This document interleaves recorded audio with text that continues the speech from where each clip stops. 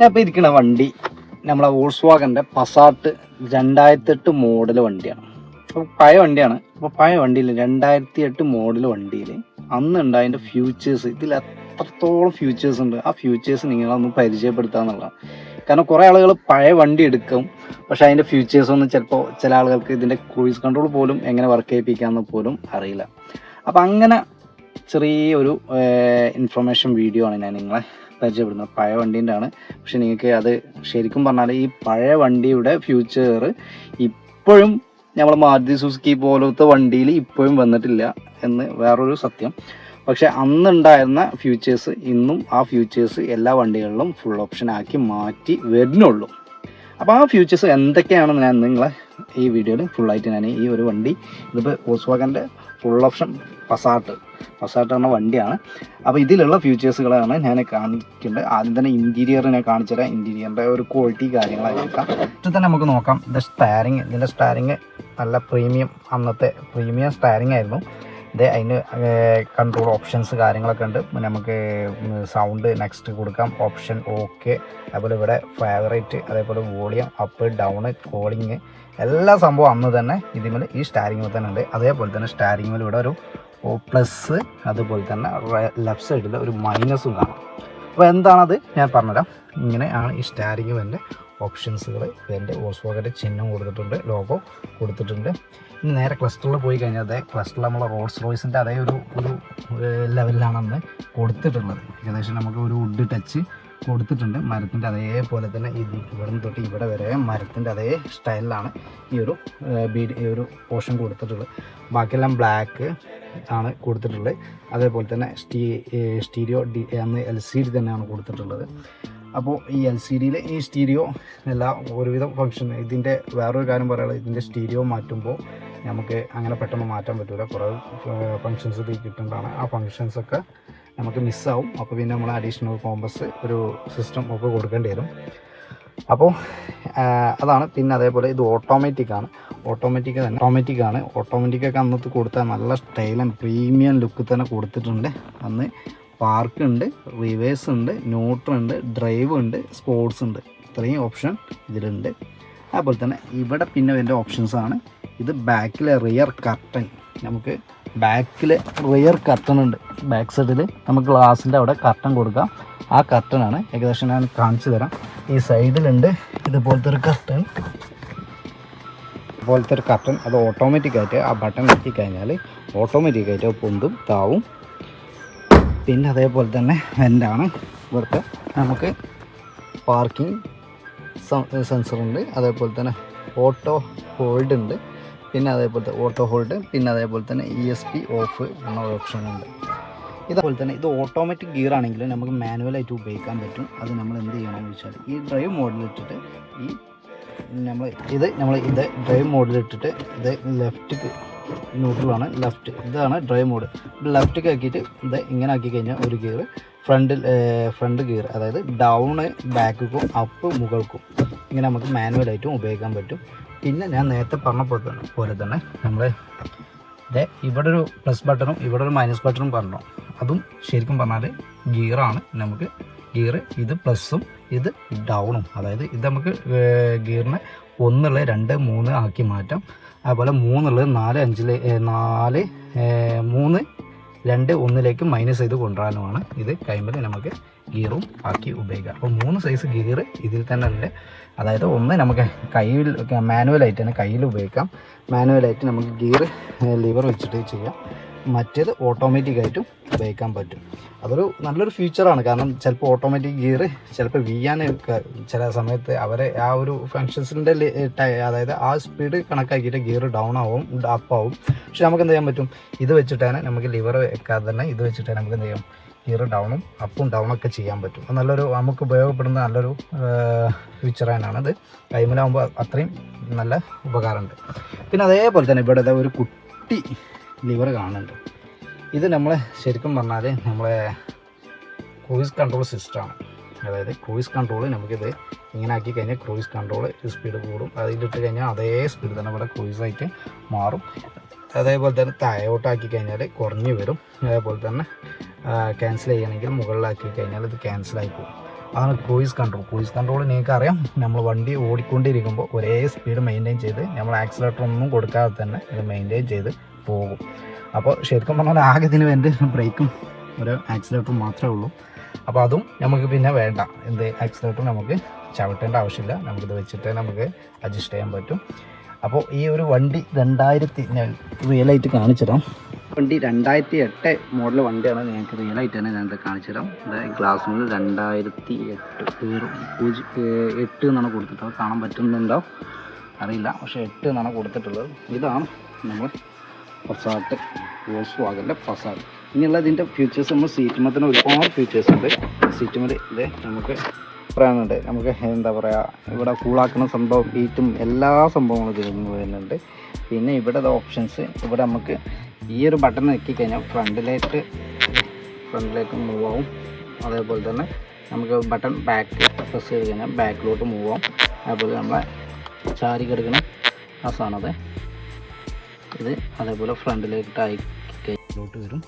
അതുപോലെ തന്നെ ഈ ബട്ടൺസുകൾ, ഈ 4 ബട്ടൺസുകളും 4 സൈഡുകൾ ചെയ്യാനുള്ള ഈ ഭാഗം, ആ ഭാഗം, സെൻറ്റർ, അങ്ങനെ ഓരോ ഭാഗം ഇത് നമുക്ക് പ്രസ് ചെയ്യുമ്പോൾ നമുക്ക് അറിയില്ല, പക്ഷെ നമ്മൾ ഇരിക്കുമ്പോഴാണ് നമുക്കതിൻ്റെ ഒരു ഫീൽ കിട്ടുക. അപ്പോൾ നമുക്കുള്ള സെറ്റിങ്സ് ഏത് രീതിയിലാണ് നമുക്ക് സെറ്റ് ചെയ്യേണ്ടതെന്നുള്ളത് ഇത് വെച്ചിട്ട് നമുക്ക് അഡ്ജസ്റ്റ് ചെയ്യാൻ പറ്റും. അതുപോലെ തന്നെ ഇവിടെ നമുക്ക് 1, 2, 3 സെറ്റിങ്സ്, ഇതെല്ലാം നമ്മൾ സെറ്റ് ചെയ്ത് കഴിഞ്ഞതിന് ശേഷം നമുക്ക് ഇതിലേക്ക് സെറ്റ് ചെയ്യാൻ പറ്റും. ഇപ്പോൾ നമ്മൾ 3 ഡ്രൈവർമാർ, ഇത് 3 പേര് വണ്ടി ഡ്രൈവ് ചെയ്യണമെന്നുണ്ടെങ്കിൽ ഒരാൾക്ക് 1 കൊടുക്കാം. അപ്പോൾ ആ ലെവലിലേക്ക് സീറ്റ് സെറ്റായി മാറും. 2 കൊടുത്താൽ 2ലേക്ക് ആരാണ് ആ 2 അവർക്ക് ആ രീതിയിലേക്ക് ഇത് സീറ്റ് സെറ്റാവും. 3 ആണെങ്കിൽ 3, അങ്ങനെ 3 സീറ്റ് മെമ്മറി നമുക്കിവിടെ സെറ്റ് ചെയ്യാൻ പറ്റും. പിന്നെ അതുപോലെയുള്ള ഓരോ ഫീച്ചേഴ്സ് നമുക്കിത് ഇവിടെ നമുക്ക് ഒരു ബോക്സ് ഉണ്ട്. അതേപോലെ തന്നെ ഫ്രണ്ടിൽ ഇതും ഒരു ബോക്സ് ഉണ്ട്. അതേപോലെ തന്നെ നമുക്ക് ബാക്കിൽ നോർമലി ഇതേപോലത്തെ ബോക്സുകൾ വരുന്നുണ്ട്. പിന്നെ ഈ ഒരു ഫീച്ചേഴ്സ് ഇവിടെയാണ് നമ്മൾ ശരിക്കും പറഞ്ഞാൽ നമ്മളെ സീറ്റിൻ്റെ കൂളിങ്ങും കാര്യങ്ങളൊക്കെ സെറ്റ് ചെയ്യേണ്ട സിസ്റ്റമാണ്. ഇത് ലെഫ്റ്റ് സൈഡ് റൈറ്റ് സൈഡിൻ്റെ സീറ്റിൻ്റെ കൂളിങ് അഡ്ജസ്റ്റ് ചെയ്യേണ്ട സംഭവങ്ങളാണ് അത്. പിന്നെ അതേപോലെ തന്നെ സ്റ്റീരിയോയിൽ പറയാനുള്ളത് നല്ല ഓപ്ഷൻസ് പറഞ്ഞാൽ ഇതിൽ 6 CD-കൾ നമുക്ക് ഇതിൽ ഇടാൻ പറ്റും. 1, 2, 3, 4, 5, 6 CD-കൾ ഇതിൽ നമുക്ക് ഇടാൻ പറ്റും. അതെന്നുണ്ടെങ്കിൽ എനിക്ക് കാണിച്ചു തരാം. ഓരോ CD-കൾ എജക്റ്റ് ചെയ്യേണ്ട നമുക്ക് CD-കൾ കാണിച്ചു തരാം.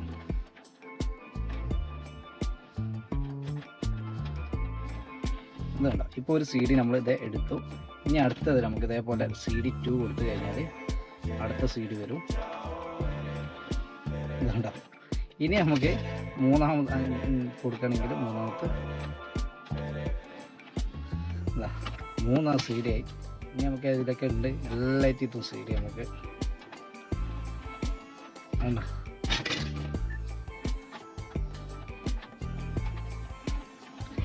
എത്രമാതിരി CD ആണ് ഇതൊക്കെ, എങ്ങനെ ഇതിൻ്റെ ഉള്ളിലൊക്കെ ഇട്ട് വെച്ചിട്ടുണ്ടെന്നാവും.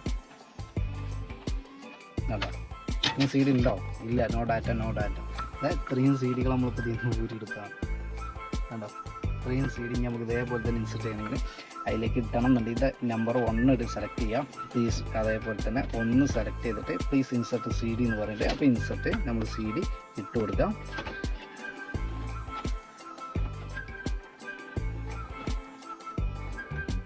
ഓക്കെ, അടുത്ത് നമ്മൾ സെലക്ട് ചെയ്യാം. 3ാമത്തെ സെലക്ട് ചെയ്യുമ്പോൾ ഏതാണ് CD എന്നുള്ളത് അത് നമ്മൾ ഇടാൻ പറയുമ്പോൾ ഇടാം.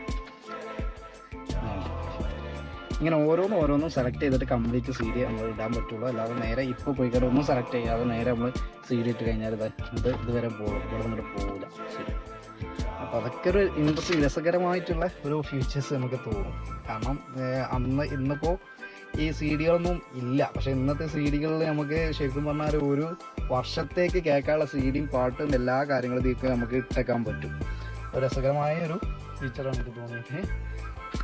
അതേപോലെ ഇനി നമുക്ക് നേരെ ബാക്കോട്ട് പോകാം. ബാക്കിലെ ഫീച്ചേഴ്സുകൾ എന്തൊക്കെയാണ് നമുക്ക് ഒന്ന് നോക്കാം.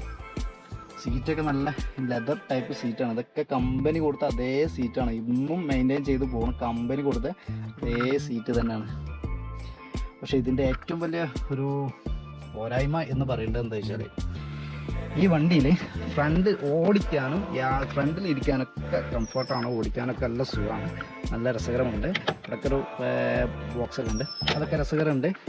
ഓടിക്കാനും കാര്യങ്ങളൊക്കെ നല്ല രസമുണ്ട്. പക്ഷേ ബാക്കിൽ ഇരിക്കുന്നവർക്ക് കുറച്ച് നല്ല അത്യാവശ്യം ട്രാവലിംഗ് ബുദ്ധിമുട്ടുണ്ട് എന്നാണ് പറയുന്നത്. കാരണം ഒരു എന്താ പറയുക, നമുക്ക് വോമിറ്റിങ് ഛർദിയൊക്കെ വരുന്ന പോലെ ഉണ്ട് എന്നാണ് പറയുന്നത്. കാരണം ഇതിൽ ഇങ്ങനത്തെ വണ്ടികളിൽ ശരിക്കും പറഞ്ഞാൽ 2 പേര് ബാക്കിൽ പോകാൻ പാടുള്ളൂ. അതിനൊരു ഉദാഹരണമാണ് ഈ ഒരു സാധനം വിളിച്ചാൽ നമുക്ക് ഹാൻഡ് റെസ്റ്റ് ആക്കാം. അപ്പോൾ 2 പേർക്ക് നമുക്ക് ഇവിടെ ഒരാൾക്കോ ഇരിക്കാം, പാസഞ്ചറായിട്ട് പോകാൻ പറ്റുള്ളൂ. പിന്നെ ഇവിടെ AC വിൻഡോ ഇവിടെ വരുന്നുണ്ട്, ACൻ്റെ വിൻഡോ. അതേപോലെ ചാർജിങ് പോയിൻ്റ് ഇവിടെ വരുന്നുണ്ട്. പിന്നെ അതേപോലെ ഇവിടെ ഒരാൾക്ക് നമുക്കിത് ബാക്കിലൊക്കെ സിഗരറ്റ് വലിച്ചിട്ട് ആ സിഗരറ്റിൻ്റെ ഇതൊക്കെ ഒഴിവാക്കണം എന്നുണ്ടെങ്കിൽ ഇവിടെ ഒരു ബോക്സ് ഉണ്ട്. അതേപോലെ തന്നെ ഈ ബാക്കിൽ എൻ്റെ വെയിലൊക്കെ ആകുമ്പോൾ സൂര്യനൊക്കെ കൂടുതൽ വരണമെങ്കിൽ ഇത് വലിച്ചിട്ട്. പിന്നെ നമുക്ക് മെയിനായിട്ട് പറയാനുള്ളതാണ് സൺറൂഫ് ഉണ്ട്. സൺറൂഫിൻ്റെ ഓപ്ഷൻസ് കാര്യങ്ങളൊക്കെ ഇവിടെയാണ് വരുന്നത്. നമുക്ക് സാധാ പോലെ തന്നെ ഇപ്പോൾ എൻ്റെ വണ്ടിക്കുള്ള അതേപോലെ തന്നെ സൺറൂഫാണ് വരുന്നത്. അതേപോലെ ഇവിടെ നമുക്ക് ഒരു സ്പോട്ടിൽ 2 ലൈറ്റുകളുണ്ട്. നല്ല ഭംഗിയുള്ള റേഞ്ച് റോഡിനൊക്കെ വരുന്ന പോലെ സ്പോട്ടിൽ 2 ലൈറ്റുകളൊക്കെ ഉണ്ട്. പിന്നെ അതേപോലെ തന്നെ എയർ ബാഗ്, നമുക്ക് ഇവിടെ എയർ ബാഗ് വരുന്നുണ്ട്. അതേ ഓപ്പോസിറ്റും എയർ ബാഗ് വരുന്നുണ്ട്. അതേപോലെ ഫ്രണ്ടിൽ എയർ ബാഗ് വരുന്നുണ്ട്, അവിടെ എയർ ബാഗ് വരുന്നുണ്ട്. സീറ്റിന്മേൽ എയർ ബാഗ് വരുന്നുണ്ട്. സീറ്റിന്മേൽ എയർ ബാഗ് ഓൾറെഡി നമ്മൾ ഇവിടെ ലോഗോ കൊടുത്തിട്ടുണ്ടാവും, എയർ ബാഗിൻ്റെ ലോഗോ കൊടുത്തിട്ടുണ്ട്. അപ്പോൾ സീറ്റ് കവർ ഇടാൻ പറ്റില്ല എനിക്ക്. അപ്പോൾ എയർ ബാഗ് അതിന് വരുന്നുണ്ട്. അന്നത്തെ ഇത് നമുക്ക് ഇവിടെ മിറർ ഗ്ലാസ്, നമ്മൾ സൺഗ്ലാസ്സൊക്കെ വെക്കാനുള്ള ഓപ്ഷൻ ഉണ്ട്. പിന്നെ അതേപോലെ തന്നെ ഇത് താത്തിയാൽ ഓട്ടോമാറ്റിക്കലി നമുക്ക് ഇവിടെ സ്പോട്ട് ലൈറ്റ് വരും. അതേപോലെ തന്നെ ഡ്രൈവർ സൈഡ് ആണെങ്കിലും മിറർ ഇതുപോലെ ഓപ്പൺ ചെയ്യാം, സ്പോട്ട് ലൈറ്റ് കത്തും, അതേപോലെ ക്ലോസ് ചെയ്യാം. ഓക്കെ, ഇത്രയും ഫീച്ചേഴ്സുകൾ ഈ ഒരു വണ്ടിയിൽ 2008 മോഡൽ പസാത്തിൽ ഉണ്ട്. ഇത്രയും ഇതിൽ ഞാൻ പറയാത്ത കുറേ ഓപ്ഷൻസുകൾ ഉണ്ടാവും. അപ്പോൾ റണ്ണിങ് സമയത്ത് തന്നെ ഒരുപാട് ഓപ്ഷൻസ് നമുക്ക് ഈ വണ്ടിയിലുണ്ട്. അപ്പോൾ അതൊന്നും ഞാനിപ്പോൾ നിങ്ങളെ പരിചയപ്പെടുത്തുന്നില്ല. ഈ ഗ്ലാസ്സിന് തന്നെ പ്രത്യേകത ഉണ്ട്. നമ്മളൊരു ബട്ടൺ ഞെക്കിക്കഴിഞ്ഞാൽ നമുക്ക് എന്താ പറയുക, പുറത്തുനിന്ന് വരുന്ന വെളിച്ചം നമുക്ക് ഡ്രൈവറിൻ്റെ കണ്ണിലേക്ക് കുത്തുന്നത് ഒഴിവാക്കാൻ പറ്റുന്ന ഓപ്ഷൻസ് ഉണ്ട്. അപ്പോൾ ഇത്രയും ഓപ്ഷൻസാണ് ഈ വണ്ടിയിൽ നമുക്ക് ഇപ്പോൾ എൻ്റെ മനസ്സിലുള്ളത് ഞാൻ പറഞ്ഞു തന്നത്. അതേപോലെ തന്നെ ബാക്കിലൊരു ഇൻട്രസ്റ്റിംഗ് രസകരമായിട്ടുള്ളൊരു വേറൊരു ഫീച്ചേഴ്സ് ഉണ്ട്, ഞാൻ പറഞ്ഞിടാം. അതായത് ഇതിൻ്റെ ബൂട്ട് സ്പേസ് ഓപ്പൺ ചെയ്യണമെന്നുണ്ടെങ്കിൽ, നമ്മൾ ക്വിക്ക് ഓപ്പൺ ചെയ്യണമെന്നുണ്ടെങ്കിൽ അത് വോൾസ്വാഗൻ്റെ ചിഹ്നം നോക്കുക. ഇത്രയും ബൂട്ട് സ്പേസ് ഉണ്ട്, ഒരുപാട് സ്പേസ് ഉണ്ട്. ഈ സ്പേസ് ഇതിനുണ്ട്. അപ്പോൾ ഇതാണ് ഈ ഒരു വോൾസ്വാഗൻ പസാറ്റിനെ കുറിച്ച് എനിക്ക് പറയാനുള്ളത്. ഇതാണ് 2008 മോഡൽ പസാറ്റ്.